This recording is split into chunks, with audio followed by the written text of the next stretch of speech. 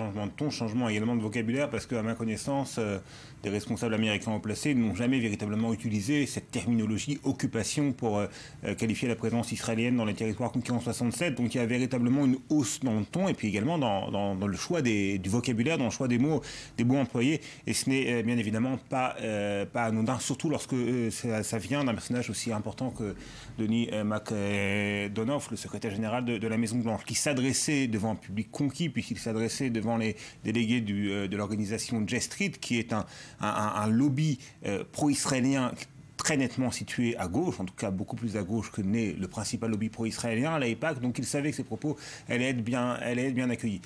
Voilà, depuis plusieurs jours maintenant, depuis la réélection en fait de Benjamin Netanyahou, depuis sa victoire électorale, que l'on assiste à une succession de propos très acerbes venant de Washington sur la question de l'État palestinien et également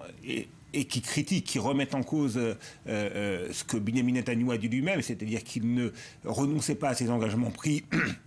en 2009 en faveur d'un État palestinien démilitarisé. À Washington, on dit qu'on ne croit pas en cette version, mais qu'on croit en la précédente version, celle qui avait été prononcée par Netanyahou en campagne électorale, à savoir si je suis réélu, pas d'État palestinien. Et bien évidemment, également, les propos sur, on y reviendra, sur les Arabes israéliens